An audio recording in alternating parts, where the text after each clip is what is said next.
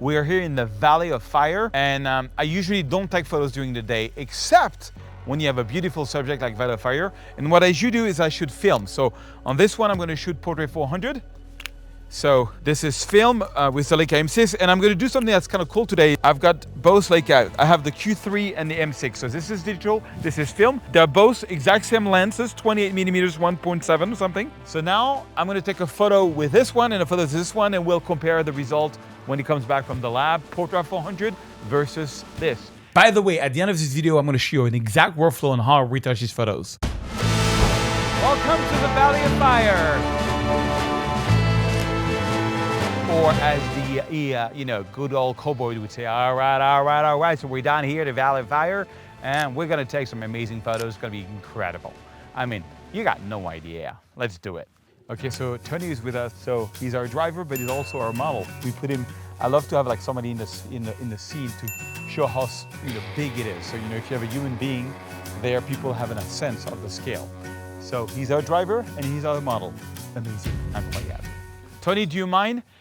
You know what would be amazing, Tony, is that if you, I don't know if it's, you think you can go on that big rock there? Or no, it's hard. This first one here or the second one? The second one, and being all the way on top. That way I have you body in the sky, and I can have this as it's just an idea. Yeah, let me try. If it doesn't work, then I just want to have the shape of your body in the sky so that people get a sense of how big this place is.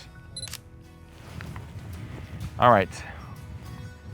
So I'm going to be shooting at f8. There's a lot of light. I'm going to be shooting at f8. I like the exposure I'm getting here. But what I usually used to do, and that was a big mistake, I used to use this as a light meter. Don't do that. There is a light meter in the M6, and just overexpose by 1 or 2 stops. So I'm already overexposing by 1 stop on the film. I'm going to overexpose a second time. So I don't care about this one. I want to slightly underexpose. I'm trying to give like a film look also on the Q3. We'll see if we can match the colors in post. All right. Okay, now I'm going to shoot digital. Don't move.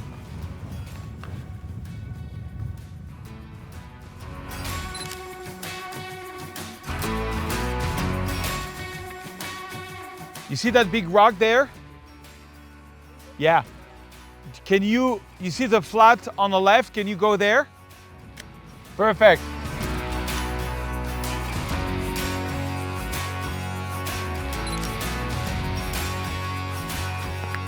Don't move, I come to you.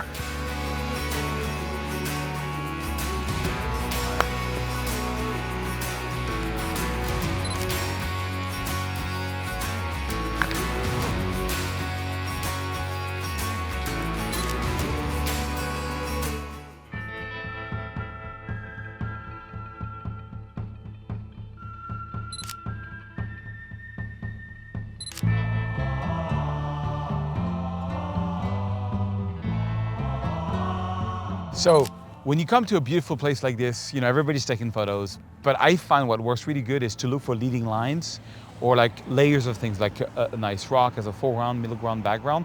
Anybody can take a nice view, but what you put in the first 10 feet of the thing is gonna make it spectacular. So for example, here I have a cool leading line with like an incredible clouds. So I'm gonna be shooting that.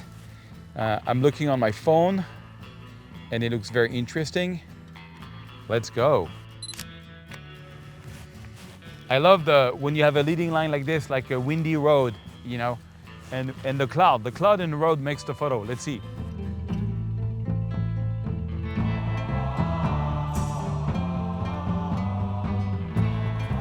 you mind if I take you in the shot?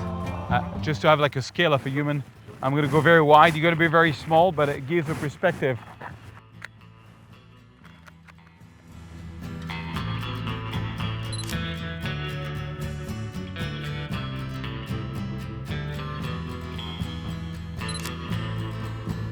I love to have like somebody in the scene to show how big it is. So if you have a human being there, people have a sense of the scale. So he's our driver and he's our model. Amazing, incroyable. Okay, so a lot of people have been asking me first, how do I develop film? Well, I'm pretty lazy. I just send it to this website called The Darkroom. I've been using it for years. And they develop the photos and they send me a JPEG. So here I am in Lightroom. And for every photo, for example, this is a DNG file straight out of my Q3. And this is straight off my M6. And you can see the digital is already retouched. It was retouched by the lab, and the DNG looks kind of boring. Okay, and if I want to compare the quality, I can select both and press C on my keyboard. So you got on the right side, I'm going to press Shift Tab so you can go in screen mode. You've got the JPEG from the lab. You see 6,000 times 4,000. It's still like it's like a 25 million pixel JPEG. And here is the DNG. So you can see, of course, the film is more grainy. Although I find it's got lots of texture. Look at this. The textures, it's got a bit of a more yellow cast. And then here we have the DNG file. Now the DNG file can be retouched. Now if I wanted to mimic the film with the DNG, here's how I would do it. You can go here, you go to the develop module, and you go to the RA mode, which is a reference mode. And you put in the film, and then I click here on the right side. So on the right side, I've got the DNG file, and on the left side, I've got from the lab. I've got the JPEG already retouched by the chemicals. And if I want to, match this, well, I do think that this file is a bit too bright. So let's work first on this file a little bit to make it better. So I'm going to take this one. I think on this one, on the film version, all I'm going to do is bring down the highlights a little bit, do my black point. I'm holding on the Option key. You want to get what you see here is 100% black. That's kind of good. And then I'm going to boost the white. Okay, but look at this. It's got a big vignetting effect, which is kind of cool. And I don't have that in the digital one. So, okay, let's go back to RA mode. On this side is the film, and on that side is the digital. So, okay, first of all, I'm going to open up the shadow 100% on the digital and bring down the highlights. It's going to make it very washed out. Then I'm going to do the black point, like I did on this one. Same thing, you hold on the Option key. What you see in red is 100% black. And then I'm going to do my white point. Okay, so it's about the same, but you can clearly see here that corner is darker and that corner is darker. And that's the chemicals who did that. So I'm going to go here and I'm going to take a gradient. And I'm going to make a gradient here to lower the exposure here. And then I'm going to do another gradient here to lower the exposure there. Okay, so that we have something kind of similar. And then, now the whole photo is very much more magenta, and this one much more green. So let's go to the white balance, and that slider I'm going to go left a lot. Ooh, now it's kind of matching, maybe a bit too much. I think I'm going to make this one a bit brighter so it matches. And okay, but then the sky is, it's kind of matching the rocks, but the sky is more blue. So I can go in here and I can select the sky, and then I'm just going to add some blue on the sky to make it match the left side. Okay, make it match, and then maybe a bit of magenta so it matches. And now, look at that. My digital looks like the film. Now, that's one version that I do. On this kind of photography, when you have like an amazing, like this, let me show you another pair. So this is the film, which I kind of like. I love how it comes out of the lab. It's pretty cool. On this one, I would just, to make the film good, I would darken the top of the sky. Voila.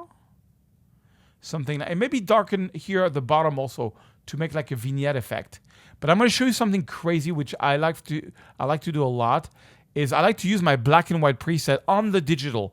So this is the digital, and check out my black and white preset, which you can get for free. Look at this. I'm going to make this like an Ansel Adams crazy photo. So one click first. When you use my preset, you hold on the Option key on the keyboard. You check your black point. You check your white, but then you also have to adapt the white balance. Yeah, something like this. Let's make it maybe a bit darker. And look at that. I have like a sort of very nice black and white. And I could do it on the JPEG.